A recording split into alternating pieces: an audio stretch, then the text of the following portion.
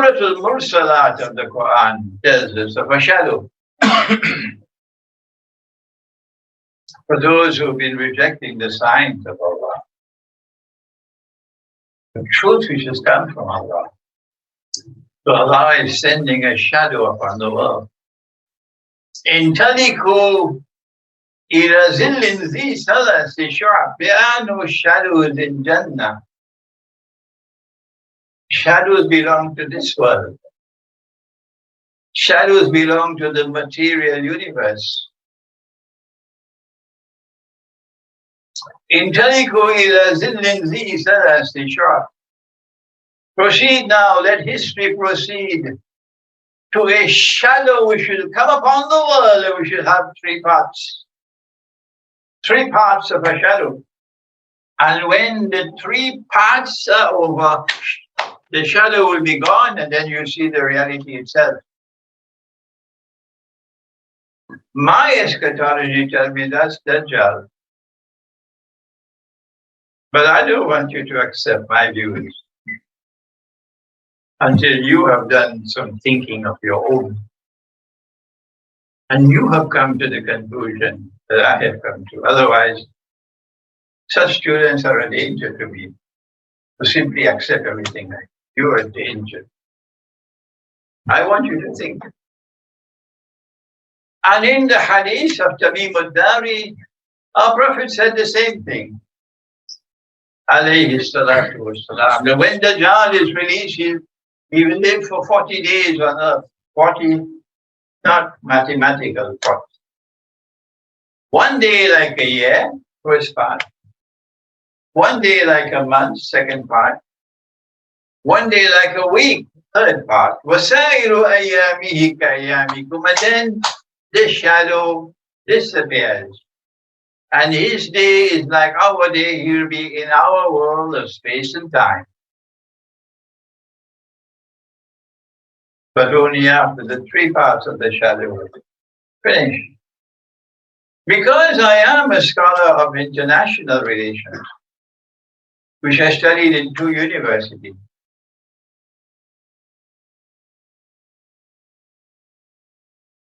and I know that Dajjal wants to rule the world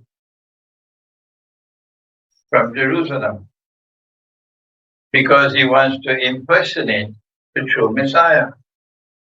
And our prophet said that the true Messiah, when he returns, we're going to rule the world. Hakimun Adil, a just ruler. So if Dajjal is to rule the world eventually, it means that he must have political control over the world. That he must have economic control over the world. And economic control requires also monetary control over the world. And then he must also have military control over the world. This is international relations. So I came to the conclusion 25 years ago, when I was still in New York, that Britain did not emerge as the ruling state in the world by accident. The Pax Britannica and Britain's obsession with Jerusalem and with the Holy Land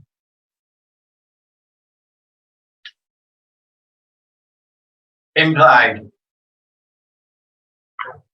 that Pax Britannica is located in the first part of the shadow. And I wrote that in my book, Jerusalem and the Quran. We have very few copies now left in Britain. I don't know how many we have there in the back.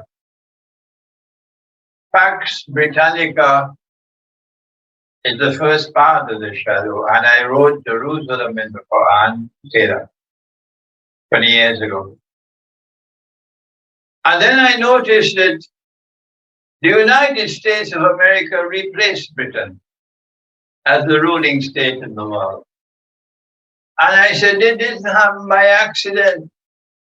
The United States didn't simply fall out of the sky, but rather this is the transition from part 1 to to part 2. And so Pax Americana is the second stage of the shadow.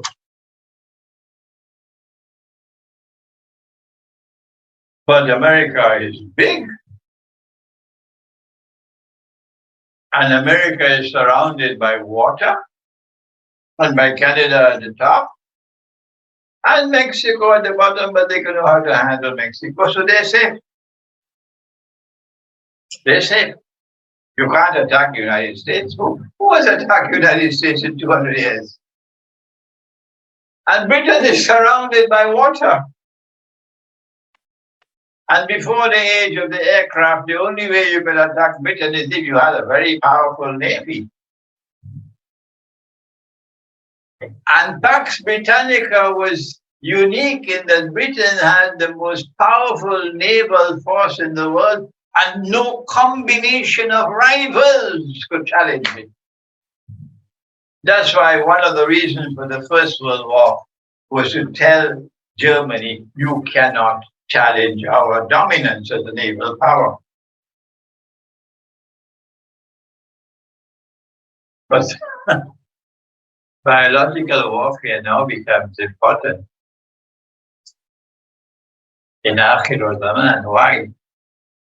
Do I need to continue the lecture? The intelligent people already know where the lecture is going. You already know. Hence, then the third stage of the shadow will witness a transition from Pax Americana to Pax Judaica. This was written 20 years ago in Jerusalem in the Perang. 20 years ago. But while Britain was immune, so long as you didn't have aircraft, and the United States was immune from warfare, you can't attack the United States. They're so big, they're surrounded by water, they have Canada at the front, and they can handle Mexico. Something called the Monroe Doctrine. We will not allow any government, any state to intervene in Latin America which threatens our interests. The Monroe Doctrine. But when you have the passage to Pax Judaica, something different is coming up. Completely different. Israel is very small. And Israel is surrounded all around by those who hate and despise it. And the prophecies which have come from the prophets are that Israel is going one day to perish. So how can Israel survive? There are two possibilities. The first is that Israel must expand and become as big as the United States. Or the other is that the world must become much, much smaller. Which one will it be? Which one will it be? Is Israel going to expand and become as big as the United States? Or is the world going to shrink and become much smaller? The answer is, this is my view. You don't have to accept my view at all. My view is that the world is going to become much, much smaller. So it becomes manageable for Israel. And those who want the world to become smaller, they don't care 2 peanuts for your life. They don't care 2 peanuts for the billions who will die. No, they don't care for you. How to get the world smaller?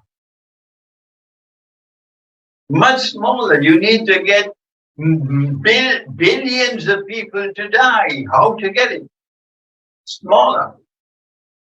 This is my view, you don't have to accept my view. So don't come after me after the lecture. If you differ with me, I am okay with that.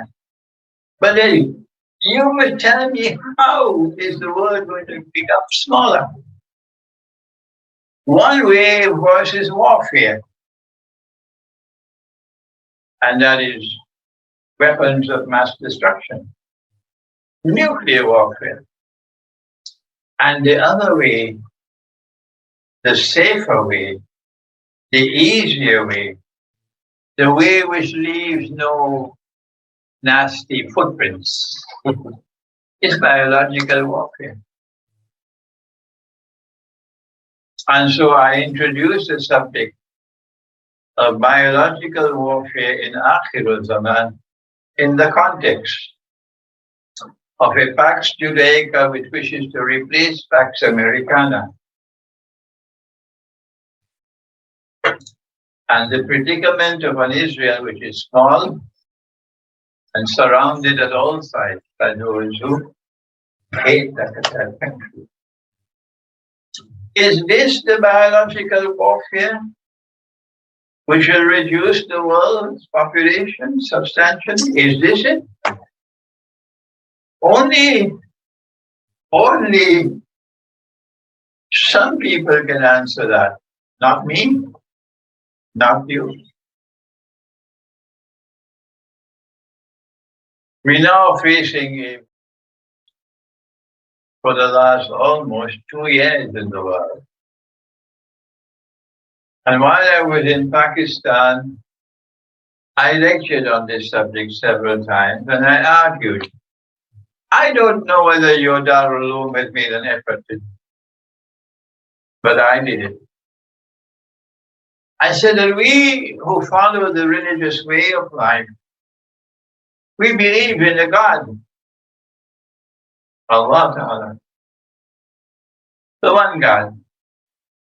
And we believe that He has created all of creation.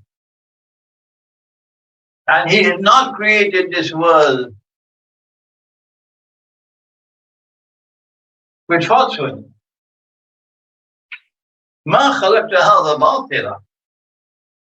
Rather, He's created it بالحق, with truth. And so beneath material reality, there is a spiritual reality that we accept, we believe in. And we believe when the Quran says, وَالنَّجْمُ وَالشَّجَرُ يَسْجُدَانِ, that the stars and the trees make sajda. Because we believe in the truth which has come from Allah. In Dr. Iqbal's inimitable language, I can't ever reach his classical language. He used the English language so beautifully. Can you imagine what he's done in Urdu? बड़ी मुश्किल से होता है चमन में दीद our पैदा. The one who can see with the nur of Allah, it's very rare to find such a man. And he did see with the nur. In despite he made some mistakes. He said, we believe in a spiritual interpretation of the universe. I don't think modern Western civilization could even understand what it is. We believe in a spiritual interpretation of the universe. And so nature is alive. And nature is pregnant with truth. And so those who have a capacity to see what others cannot see, we say that nature will not attack mankind, target all of mankind at the same time. That's not possible. That's only from a nature which is built on falsehood and evil. Nature will not target all of mankind with a at the same time. But those who have given us this have done that. And in the process, they have revealed themselves. By targeting all of mankind at the same time with the they have exposed themselves. So this does not come from nature. And therefore, it constitutes biological warfare. Those who differ with me will wait on Judgment Day to see who is right, me or you. Yes, we wait for that. If this represents biological warfare, which no doctor has the competence to speak about it, no scientist has the competence to deal with the subject. You need the scholarship of Hidayah alayhi salam to deal with the subject. I began the lecture that way. If this represents biological warfare, is it possible that the is innocent?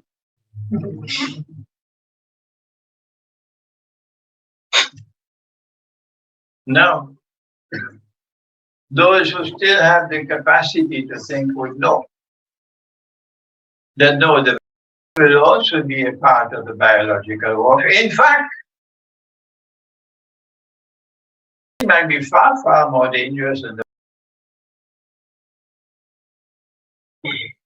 And so I have made it known that I am not going to take.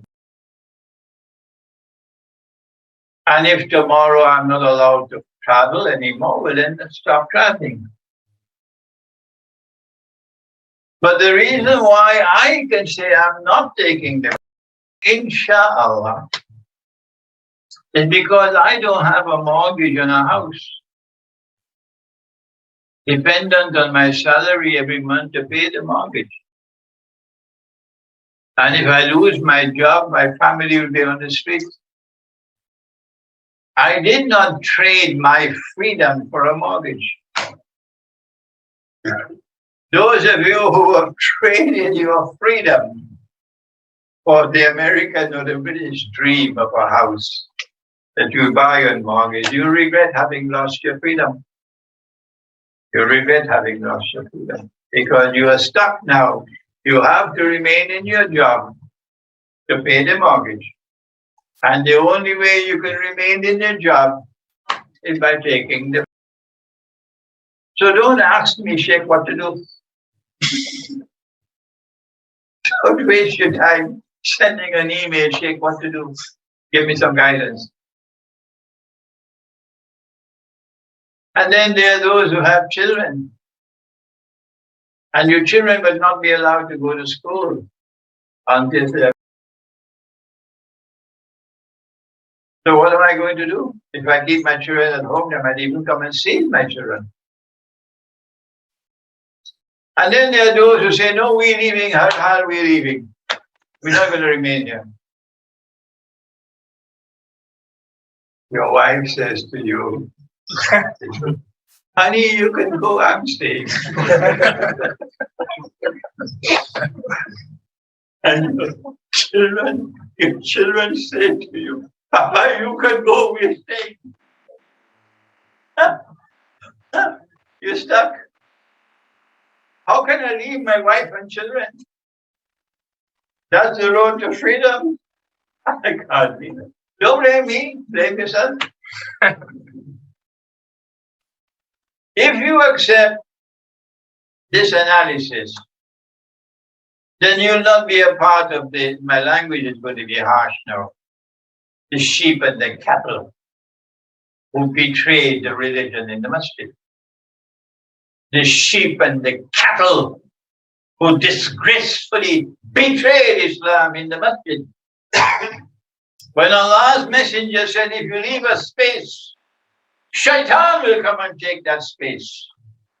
And you say, no, the government said we have to leave this space. Tell Muhammad alayhi salatu wasalam, stay out of the masjid. The government is in charge here, not Muhammad alayhi salatu wasalam. And like sheep and like cattle all over Britain, they stood 3 feet apart.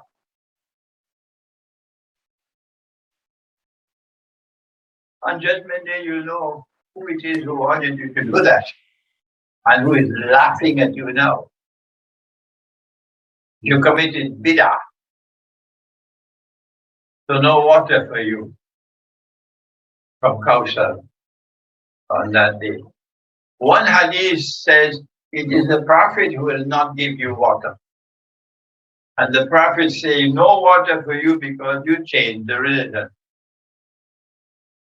But the other hadith is Allah who is saying to him, don't give them any water.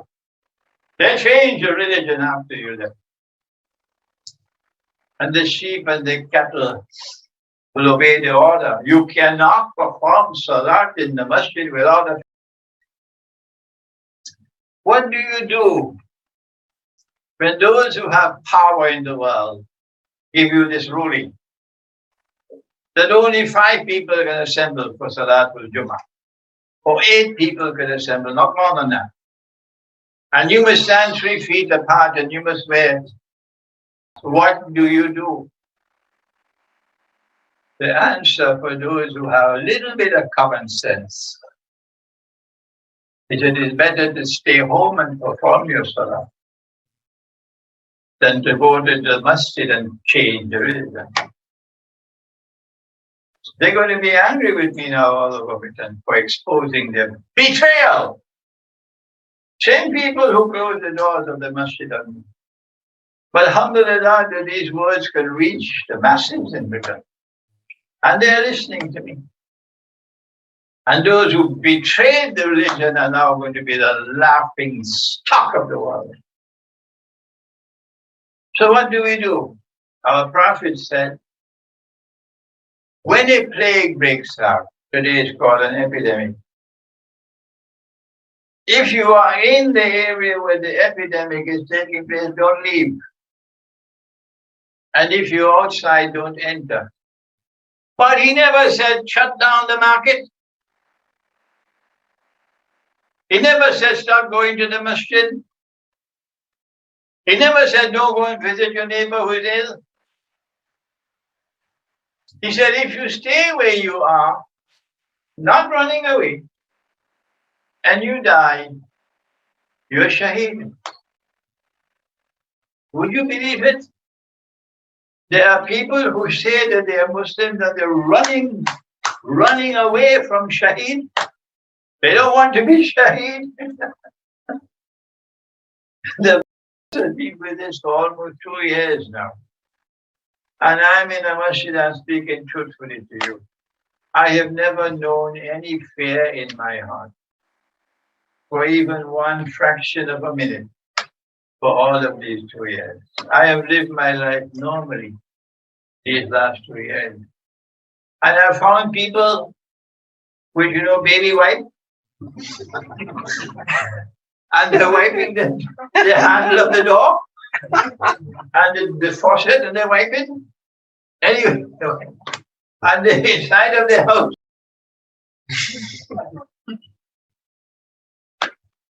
Can you imagine the taxation of that heart?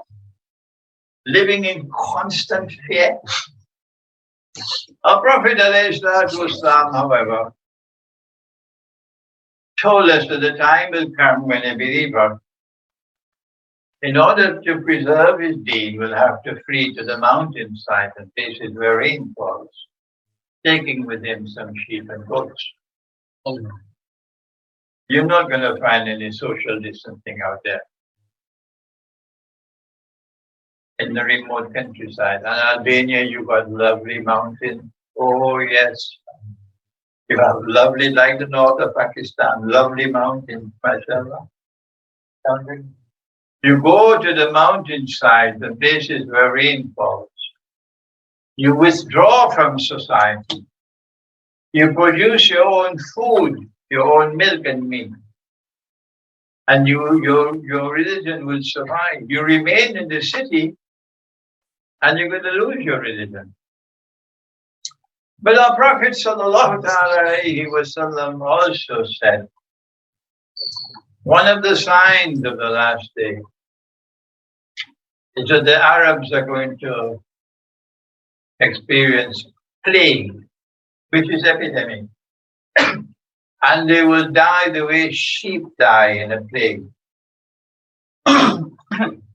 I have a few minutes left before the Azan.